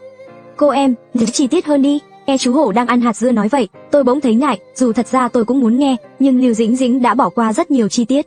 Ban đầu tôi nghĩ đó chỉ là mơ thôi, vì khi tỉnh dậy trên giường chỉ có mình tôi, nhưng cảm giác trong mơ lại rất thật. Từ đó trở đi, gần như mỗi đêm anh ta đều xuất hiện tìm tôi, mỗi đêm đều xảy ra chuyện đó. Nghe chị ấy kể, tôi liền hỏi tiếp, những giấc mơ không phải là vấn đề chính, vấn đề là trước khi mơ giấc mơ kỳ lạ đó, chị có ăn hoặc uống thứ gì lạ không? Hãy nghĩ kỹ lại đi. Sau khi tôi gợi ý và khuyên nhủ, Lưu Dĩnh Dĩnh như nhớ ra điều gì và nói, đúng rồi. Trước khi tôi có giấc mơ đó vào buổi tối hôm đó, tôi đã uống một tách cà phê trong văn phòng của sếp tôi, mùi vị của nó rất lạ, rất khó uống. Nhưng sếp tôi nói đó là một loại cà phê nhập khẩu đắt tiền gì đó gọi là cà phê trồn, và bảo tôi đừng lãng phí mà phải uống sạch. Nghe vậy, tôi và Dương Mộng Phàm nhìn nhau, lập tức cảm thấy sếp của Lưu Dĩnh Dĩnh chắc chắn có vấn đề. Sếp của chị bao nhiêu tuổi rồi? Là một người phụ nữ khoảng 50 tuổi, rất mạnh mẽ, đối xử với tôi rất tốt, căn hộ này cũng là bà ấy giúp tôi thuê. Bà ấy nói căn hộ này gần chỗ làm, thuận tiện cho việc đi lại của tôi. Lương mỗi tháng 3 vạn, bình thường cũng không bắt tôi làm việc nhiều. Bây giờ tôi bị ốm, bà ấy còn cho tôi nghỉ phép hưởng lương ở nhà, không trừ lương của tôi, còn gửi cho tôi 1 vạn tiền trợ cấp. Một sinh viên vừa tốt nghiệp đại học đã có thể làm trợ lý giám đốc, công việc nhẹ nhàng, lương lại cao, mà sếp còn tự thuê nhà cho cô ấy, thì bản thân chuyện này đã có vấn đề. Đúng là không có lợi thì chẳng ai làm, bà ta tốt với Lưu Dĩnh Dĩnh thì chắc chắn có mục đích. Ly cà phê phân trồn giá 30.000 đồng một ly lại có thể khiến người ta mang thai. Cô gái trước mắt tôi suýt nữa đã mang thai chỉ vì uống ly cà phê này. Sau khi chúng tôi trò chuyện với Lưu Dĩnh Dĩnh, chúng tôi biết được, nữ chủ quán này đã lén lút cho cô ấy uống một loại cà phê kỳ lạ, dẫn đến việc cô ấy mang thai, và cô ấy mang thai quái thai. Một người phụ nữ sao lại gây khó khăn cho một cô gái mới tốt nghiệp chứ, chắc chắn có âm mưu gì ở đây. Thấy vậy, tôi liền hỏi ngay, chủ quán của bạn tên gì? Chủ quán của chúng tôi tên là Thẩm Di Nặc. Biết được tên, tôi ngay lập tức gọi điện cho Đường Thượng Ninh, nhờ anh ấy giúp tôi tra xem Thẩm Di Nặc có lai lịch gì. Chỉ mất khoảng 10 phút, Đường Thượng Ninh đã gọi lại cho tôi. Thẩm Di Nặc là chủ tịch của một công ty niêm yết trên sàn chứng khoán, có tài sản hàng trăm tỷ đồng, hiện đang trong tình trạng ly hôn. Nhưng cô ta từng có một cậu con trai, nhưng 1 năm trước cậu ấy đã qua đời trong một vụ tai nạn xe hơi. Nghe đến đây, tôi lập tức nảy ra manh mối, có lẽ trong ly cà phê mà Lưu Dĩnh Dĩnh uống có cốt của con trai cô ta, và quái thai trong bụng Lưu Dĩnh Dĩnh cũng chính là con trai của nữ chủ quán đó. Sau đó, tôi kể lại phân tích của mình cho Dương Mộng Phàm và chú Hổ. Mục đích của cô ta làm vậy rốt cuộc là gì, tôi cũng không biết. Xem ra chỉ có thể trực tiếp hỏi Thẩm Di Nặc thôi. Nhưng mà nếu hỏi cô ta chắc chắn sẽ không thừa nhận, chúng ta cũng chưa chắc gặp được cô ta. Chỉ cần gặp mặt là được, tôi có nhiều cách để khiến cô ta nói ra sự thật. Khi chúng tôi chuẩn bị xuống thang máy để tìm Thẩm Di Nặc, thì đúng lúc này, một người phụ nữ trung niên bước ra khỏi thang máy, nhưng mái tóc của bà ta dường như đã bạc trắng. Ngay khoảnh khắc nhìn thấy bà ta, trực giác của tôi mách bảo có điều gì đó không ổn. Lúc này, người phụ nữ đó đi thẳng đến căn hộ của Lưu Dĩnh Dĩnh. Thấy vậy, ba chúng tôi quyết định không xuống nữa, mà đi theo sau. Chẳng bao lâu, chúng tôi thấy Lưu Dĩnh Dĩnh mời bà ta vào trong. Lúc này, chúng tôi cũng bước lên, lập tức bà ta nhìn chúng tôi bằng ánh mắt lạnh lùng. Chủ quán, họ là bạn của tôi, họ đến để thăm tôi. Thì ra là vậy, Dĩnh Dĩnh à, cô đang không khỏe, thì thời gian này đừng đi làm nữa. Cô yên tâm, lương của cô vẫn sẽ được trả như bình thường. Khi nào cô hồi phục, thì hãy đi làm trở lại. Tôi không có vấn đề gì với việc đó. Nghe những lời này thì rất hay, nhưng tôi cảm thấy buồn nôn. Ngay lập tức, tôi không nhịn được mà lên tiếng đáp lại. Thẩm chủ quán, đừng giả bộ tử tế như mèo khóc chuột nữa. Chị Lưu trở nên như thế này, chẳng phải tất cả đều là do cô sao? Nghe thấy tôi nói như vậy, Thẩm Di Nặc liền nhìn thẳng vào tôi, nhưng trong ánh mắt cô ta có chút hoang mang. Anh là ai? Tôi đang nói chuyện với nhân viên của mình, khi nào đến lượt anh chen vào? Thẩm chủ quán, cô thật độc ác, làm như vậy chỉ khiến Lưu Dĩnh Dĩnh chịu thiệt, chẳng có lợi gì cho cô cả, hà tất phải làm vậy?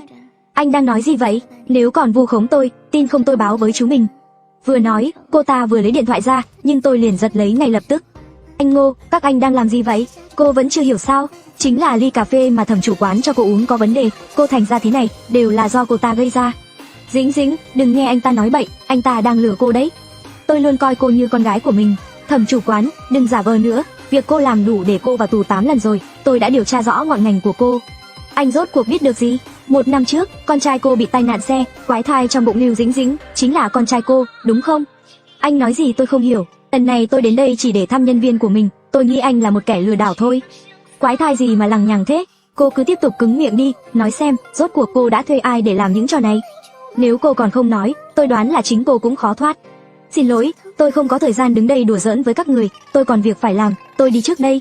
Nhưng lúc này, chú Hổ liền chặn cửa lại. Sao hả? Các người định giam giữ tôi trái phép à? Tôi nói cho các người biết, chỉ cần một cuộc điện thoại của tôi cũng đủ khiến các người tán ra bại sản và khiến các người vào tù. Không tin thì cứ thử xem. Nghe thấy thế, tôi chỉ cười nhạt. Ngoài trời lúc này đã tối, tôi liền thả ma quỷ ra. Không làm căng thì cô ta vẫn cứng miệng. Thẩm Di Nặc lập tức sợ hãi run rẩy.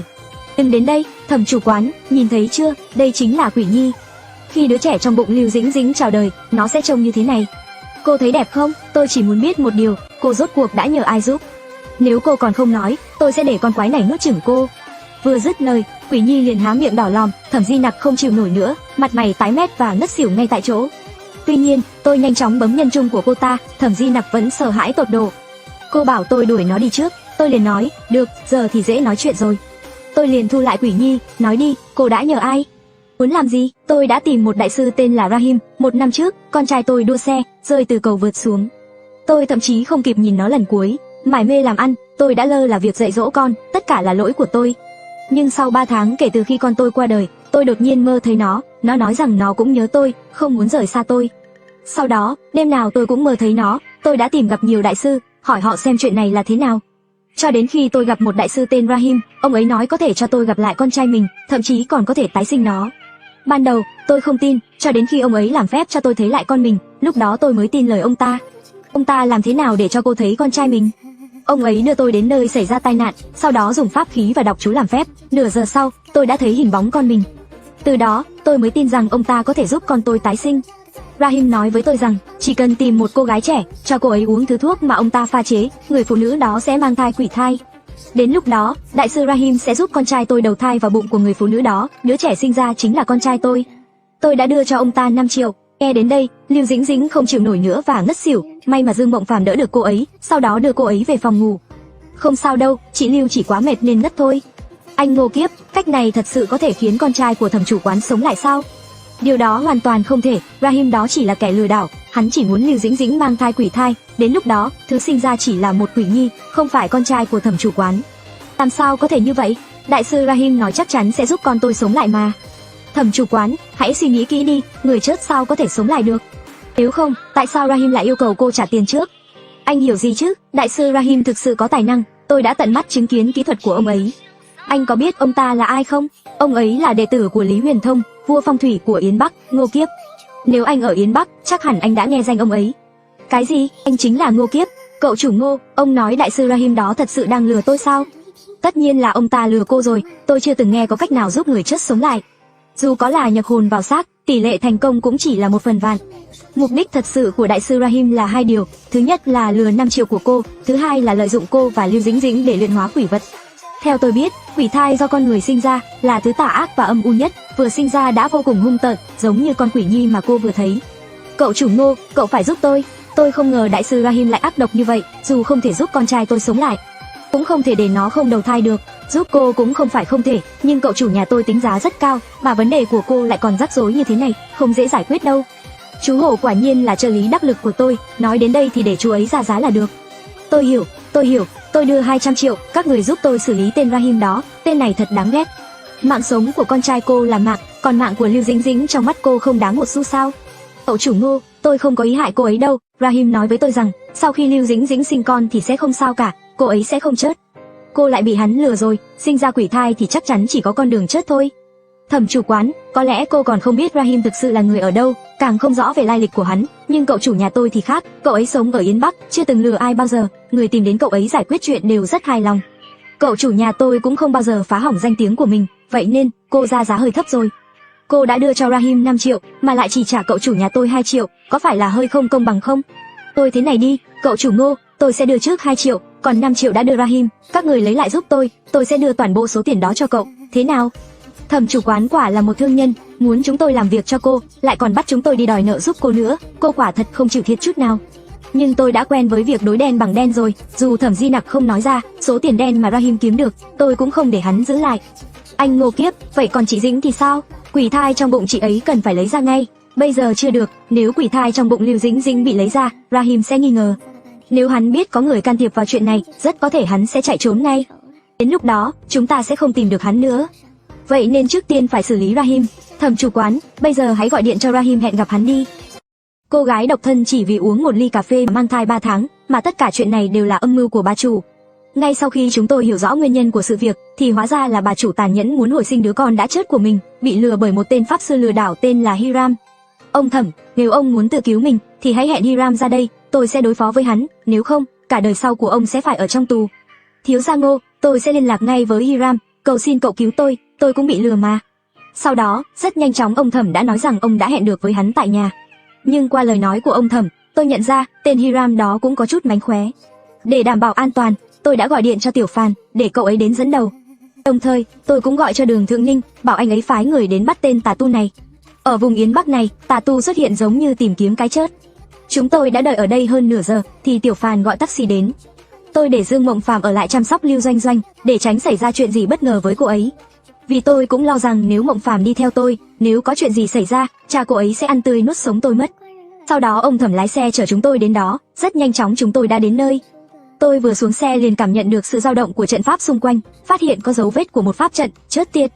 Lúc này, Đường Thượng Ninh cũng nhắn tin cho tôi nói đã đến gần đây, tôi liền bảo họ ẩn nấp trước, chúng tôi sẽ xem tình hình trước đã. Hai chúng tôi giả làm vệ sĩ của ông Thẩm và cùng tiến vào trong sân. Đại sư Hiram, tôi là Thẩm Nhất Nặc, ngài có ở nhà không? Vừa dứt lời, bỗng có một bóng người xuất hiện bên cạnh, làm ông Thẩm giật mình sợ hãi. Ông Thẩm, ông tìm tôi có việc gì? Vào trong nhà nói chuyện đi. Nhưng tôi cảm thấy Hiram mời chúng tôi vào trong là để gây chuyện, vì tôi cảm nhận được tà khí của hắn có chút mùi của một pháp sư hạ chú. Đã là pháp sư hạ chú, thì mọi thứ trong căn nhà này đều có thể trở thành vũ khí của hắn. Tôi liếc mắt ra hiệu cho Thẩm Nhất Nặc, cô ấy nhanh chóng hiểu ý và nói: Đại sư Hiram, không cần đâu, tôi chỉ muốn hỏi vài câu thôi. Nói ở ngoài này cũng được. Ông muốn hỏi gì? Chính là về thư ký Lưu Doanh Doanh mà tôi nhờ ông xem xét. Hiện giờ sức khỏe của cô ấy ngày càng yếu đi, đến mức đi lại cũng khó khăn.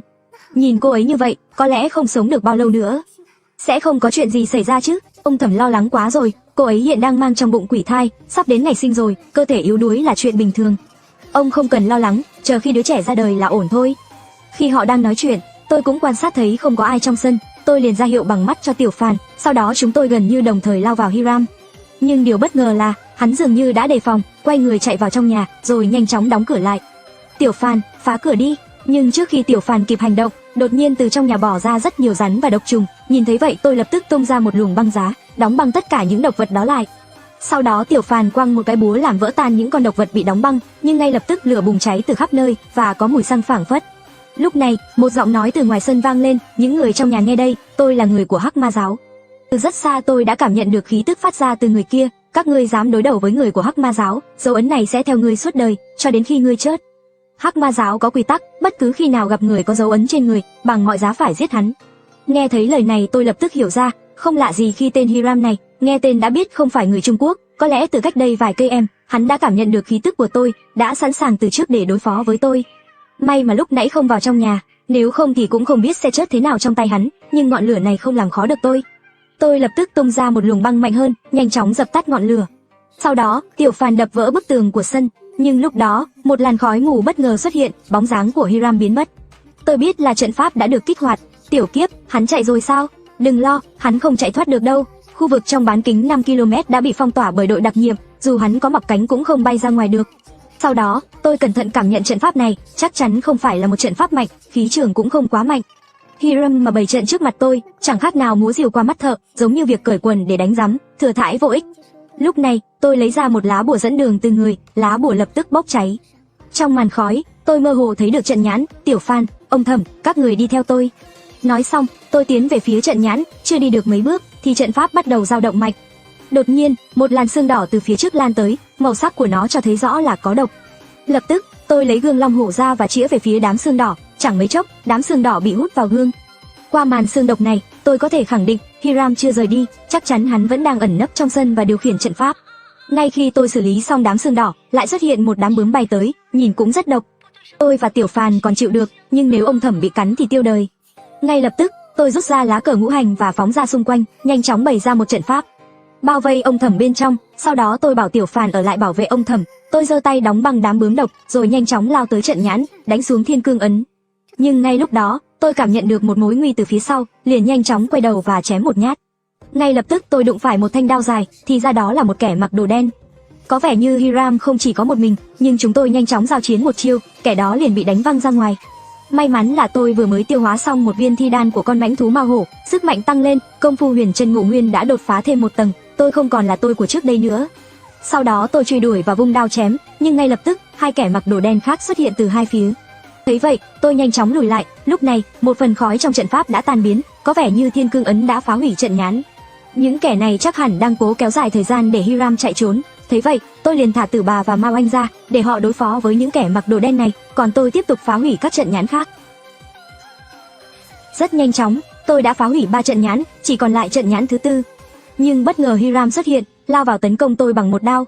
Tôi cầm thanh thắng tà kiếm và lao vào giao chiến, sau vài chiêu tôi bắt đầu cảm thấy đuối sức, bất ngờ tôi bị đẩy lùi ra xa.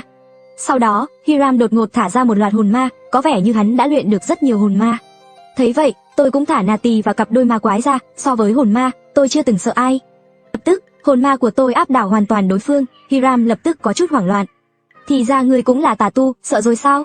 Tôi còn nhiều chiêu mạnh hơn nữa, muốn thử không? Lên đi, nuốt chửng đám hồn ma đó. Tuy nhiên, lời của Hiram dường như vô tác dụng, vì sau khi hắn hét lên, đám hồn ma xung quanh hắn không dám nhúc nhích. Nati một mình đã nghiền nát toàn bộ hồn ma của đối phương. Nati, bữa ăn của các ngươi đây. Vừa nói xong, họ liền lao lên nhanh như chớp, chỉ trong chớp mắt khói và tiếng hét vang lên, hồn ma của Hiram tan biến ngay lập tức. Bọn ma quái này lâu rồi không được ăn uống gì, chắc hẳn lần này rất đói. Vừa dứt điểm đám hồn ma đó, lúc này khói mù cũng gần tan hết, Tiểu Phàn cũng đã đến nơi. Tiểu Phàn, sao ngươi không trông chừng ông Thẩm? Không cần quan tâm đến ông ta nữa, vừa nhìn thấy đám hồn ma của ngươi, ông ta đã ngất xỉu rồi. Còn 3 tên mặc đồ đen đó sao có thể chống lại Tử Bà của ta, chúng cũng đang nằm dưới đất rên rỉ. Tiểu Phàn lập tức lao lên, tôi liền vòng sang bên hông, chờ đến khi Tiểu Phàn ra tay, tôi liền lập tức lao tới, một kiếm đâm thẳng vào lưng Hiram. hắn liền lùi lại hơn 10 mét, hai chúng tôi phối hợp chắc chắn sẽ áp đảo hắn. Hiram biết không đánh lại chúng tôi nên muốn rút lui. Đừng hòng chạy, tôi đã báo cho đội đặc nhiệm của Trung Quốc bao vây nơi này rồi, ngươi không thoát được đâu. Nếu ngươi giao hết tiền ra đây, ta có thể giúp ngươi giữ lại một cái xác nguyên vẹn. Muốn lấy tiền của ta thì phải có mạng mà lấy mới được. Vừa dứt lời, từ thanh đoàn đao của hắn tỏa ra một làn khói đen, thấy cảnh này chúng tôi liền lập tức lùi lại, vì không biết Hắc Ma giáo còn chiêu gì khác nữa. Nếu chúng ta lao vào một cách bất cẩn có thể sẽ gặp nguy hiểm. Ngay khi khói càng lúc càng dày đặc, bao phủ hoàn toàn Hiram, giây sau đột nhiên xuất hiện con rết khổng lồ kỳ dị. Một con rết dài 5 mét lại có giá đến 50 triệu, đây chính là con quái vật mà tôi gặp phải khi giúp ông chủ thẩm giải quyết rắc rối. Thấy Hiram thả con rết khổng lồ này ra, tôi lại cảm thấy phấn khích. Tôi có thể cảm nhận được con rết này đã có tu vi 200 năm. Hiram chẳng phải lại mang kinh nghiệm đến cho vợ tôi sao? Này vợ à, lâu rồi em chưa ăn cơm nhỉ, ra ăn chút đi. Vừa dứt lời, một luồng khí trắng từ đỉnh đầu tôi bay ra. Công tử à, các người đi đối phó với tên yêu quái đó đi, con rết này để cho tôi. Con rết khổng lồ vốn đang hùng hổ bò về phía chúng tôi, đột nhiên nhìn thấy con hồ ly 8 đuôi trước mặt tôi, không nói một lời liền quay đầu bò về phía Hiram. Vì nó đã cảm nhận được khí tức của yêu quái thời thượng cổ. Hiram sắp khóc đến nơi rồi, người rốt cuộc là thứ tà tu gì vậy, nuôi yêu quái đã đành, lại còn nuôi một con yêu quái thời thượng cổ như vậy nữa. Tôi đã nói rồi, mau giao kết sắt của ngươi ra đây, đau đớn sẽ ít hơn đấy. Chưa đợi tôi nói xong, con hồ ly 8 đuôi đã nhẹ nhàng bay lên và chặn đường con rết khổng lồ. Con rết đó há miệng ra, vung đầu cắn về phía hồ ly 8 đuôi, nhưng hồ ly 8 đuôi rất nhanh nhẹn né tránh qua một bên. Sau đó nhẹ nhàng đặt mũi chân xuống, trực tiếp giẫm lên lưng con rết khổng lồ, bên tai dường như nghe thấy một tiếng rắc. Lưng con rết khổng lồ bị vợ tôi giẫm một cái đã gãy nát rồi, hoàn toàn không phải là đối thủ cùng đẳng cấp. Sau đó Hiram lập tức rút ra một con dao ngắn khác, lao về phía hồ ly 8 đuôi. Tiểu béo, ngăn hắn lại. Nói xong, tiểu béo lập tức ném ra cái chuông vàng tím, trực tiếp đánh bay Hiram vài bước. Sau đó tôi cũng lập tức di chuyển đến bên sườn của Hiram, trước đó Hiram đã bị tôi chém một nhát làm rách lưng, máu tươi đang tuôn ra. Khi đấu với hai chúng tôi, rõ ràng hắn đã bắt đầu kiệt sức. Vừa đánh tôi vừa liếc nhìn về phía sân xa xa, trong lòng bỗng nhiên cảm thấy bi ai. Tiền của Hiram có thể vẫn còn trong nhà, mà ngọn lửa trong ngôi nhà đó chưa tắt, sắp cháy sạch rồi. Có thể số tiền đó cũng sẽ bị cháy rụi mất. Lúc này tiểu béo trực tiếp dồn sức liên tục tấn công Hiram, với sức mạnh ngàn cân, tiểu béo không phải là kẻ vô dụng. Chỉ sau vài hiệp, Hiram đã bị đánh bay ra xa. Hơn nữa tôi đứng bên cạnh quan sát, Hiram còn phải để ý hướng của tôi, không thể hoàn toàn tập trung vào tiểu béo. Ngay lúc hắn ngã xuống, tôi cũng phóng ra một đạo phù kiếm từ ống tay áo, nhưng trong khoảnh khắc nghìn cân treo sợi tóc. Nhưng Hiram vẫn dùng dao trong tay để chắn một chút phù kiếm từ ống tay áo, sau đó lại bị đánh bay ra xa. Lần này, sau khi tiếp đất, Hiram nằm bẹp trên mặt đất, lập tức phun ra một ngụm máu lớn. Sau đó, tôi và tiểu béo cùng lúc tiến nhanh về phía Hiram, nhưng ngay lúc đó, một cảnh tượng kỳ quái lại xuất hiện. Một làn khói đen từ cơ thể hắn bốc lên, thấy vậy, tôi vội vàng kéo tiểu béo lùi lại. Sau đó chỉ nghe thấy tiếng đọc chú ngữ vang lên, Hiram lập tức biến thành một con quái vật ba đầu khổng lồ. Tôi cảm giác đây chính là bí pháp cận tử của giáo phái Hắc Ma, tiểu kiếp, làm sao đây? Nhanh chóng dùng ngũ hành lệnh kỳ để giam giữ hắn lại, chúng ta không cần phải đánh nữa. Tiểu béo, lần trước chúng ta đã không thắng được tên giáo phái Hắc Ma đó, nhưng bây giờ thì khác rồi, giờ đây tu vi của chúng ta đã tiến bộ nhiều. Hãy dùng con quái vật này để luyện tay, nếu thật sự không thắng nổi, chúng ta sẽ dùng pháp trận để giam giữ hắn lại, cũng được thôi. Vậy ngươi thử trước đi, tên này thật sự không biết sợ là gì, lại để ta đi tiên phong. Nhưng lời đã nói đến đây rồi, đành phải xông lên thôi. Tôi lập tức đâm kiếm tới, nhưng con quái vật ba đầu đó nhanh chóng phun ra một luồng khói độc màu xanh lục, may mắn thay, tôi đã né kịp. Nhưng hắn cũng nhanh chóng lao về phía tôi vội tung ra vài đạo phù kiếm từ ống tay áo. Con tà vật đó mục tiêu lớn nên không thể né tránh được, ăn trọn hai đạo phù kiếm của tôi. Nhưng điều bất ngờ là, da của hắn dường như rất cứng, cơ thể chỉ khựng lại một chút, không bị đánh lùi. Khi tôi đang đấu với con quái vật ba đầu này, từ xa vang lên một tiếng kêu thảm thiết. Tôi thấy con quái vật hóa thành làn khói trắng toát bao quanh con rết. Khi luồng khí trắng đó biến mất, hình dạng con rết khổng lồ thu nhỏ lại hàng nghìn lần, nằm im không nhúc nhích trên mặt đất. Hồ ly 8 đuôi đã hút cạn yêu khí của con rết khổng lồ đó, chỉ trong chốc lát, hồ ly 8 đuôi lại biến thành một luồng sáng trắng, trở lại linh đài của tôi. Ngay lập tức, tôi cảm nhận được linh lực của mình đã mạnh lên nhiều. Sau đó, con quái vật ba đầu lại lao về phía tôi liền di chuyển liên tục để thu hút sự chú ý của hắn, còn tiểu béo thì tấn công từ phía sau. Na tỷ cũng định đến giúp, nhưng khi mái tóc dài của cô ấy chạm vào con quái vật ba đầu, liền bốc ra một làn khói đen độc hại. Có vẻ như ma khí của giáo phái Hắc Ma cũng gây hại cho quỷ vật, nhưng dù chúng tôi phối hợp rất tốt cũng không thể gây thương tích cho hắn chút nào, còn bị sức mạnh khủng khiếp của hắn đánh bay. Tiểu kiếp, không ổn rồi, có lẽ ngươi nên dùng pháp trận để giam giữ hắn lại. Thấy vậy, tôi đành phải làm thế, tiểu béo và Na tỷ liền tiến lên để thu hút sự chú ý của con quái vật. Tôi tranh thủ đi lấy ngũ hành lệnh kỳ, nhưng con quái vật dường như có thủ rất lớn với tôi, vẫn không ngừng lao về phía tôi. Tiểu béo liên tục ném búa tím vào hắn, nhưng vẫn không cản nổi. Khi tôi đang dựng trận pháp bằng ngũ hành lệnh kỳ, hắn lao tới và hất tôi bay đi. Ngay lập tức tôi không chịu nổi, phun ra 2 ngụm máu, mà con quái vật đó không cho tôi cơ hội nghỉ ngơi, hắn nhanh chóng tiến lại gần tôi một lần nữa. Tôi cũng không quan tâm đến cơn đau trên cơ thể, có vẻ như phải dùng tuyệt chiêu cuối cùng rồi. Tôi nhanh chóng thúc đẩy Huyền Chân Ngộ Nguyên Công, đồng thời tích tụ năng lượng cho chiêu thứ 3 của Hàn Băng Kiếm Quyết Hàn Băng Chi Hỏa. Hiện tại tôi đã có thể luyện chiêu thứ 3 này rồi, nhưng chưa thử nghiệm qua sức mạnh của nó. Nếu chiêu này cũng không có tác dụng, có lẽ người phải bỏ mạng chính là tôi. Sau đó, tôi hét lên một tiếng lớn và đâm kiếm tới. Lưỡi kiếm ngay lập tức bùng lên một ngọn lửa đỏ và xanh, cuốn lấy con quái vật ba đầu. Con quái vật kêu la thảm thiết, không ngừng lăn lộn trên mặt đất. Trời ạ, không ngờ sức mạnh của Hàn Băng Chi Hỏa lại lớn như vậy, chỉ một chiêu đã hạ gục con quái vật ba đầu.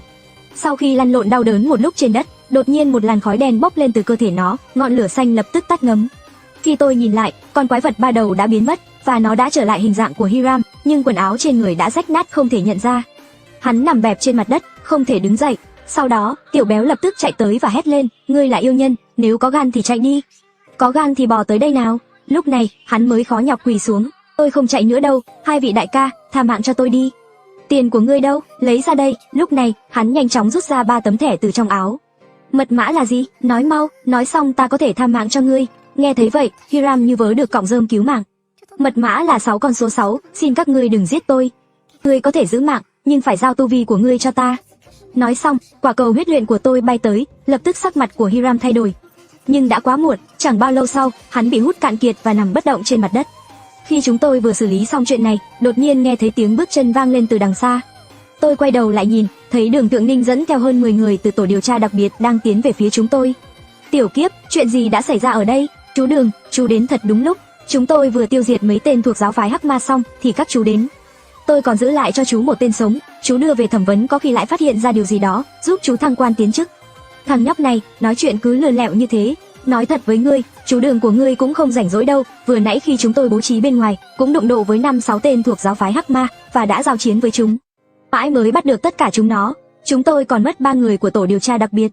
May mà tôi đã kêu Đường Thượng Ninh đến phục kích từ trước, nếu không tôi và Tiểu Béo có lẽ không thể sống sót. Chú Đường, lần này cháu đã gần như quét sạch hết bọn thuộc giáo phái Hắc Ma ẩn nấp ở Yến Bắc rồi, chắc chắn là một công lao lớn. Chú chắc sẽ được thăng chức, đúng không? Tổ điều tra đặc biệt có thưởng gì không nhỉ? Tổ điều tra đặc biệt, được đấy, chú sẽ thưởng cho cháu bằng cách mời cháu gia nhập tổ điều tra đặc biệt Yến Bắc. Chú sẽ cho cháu làm tổ trưởng luôn, dưới quyền cháu sẽ có ít nhất 20 người. Thế nào, có muốn suy nghĩ không?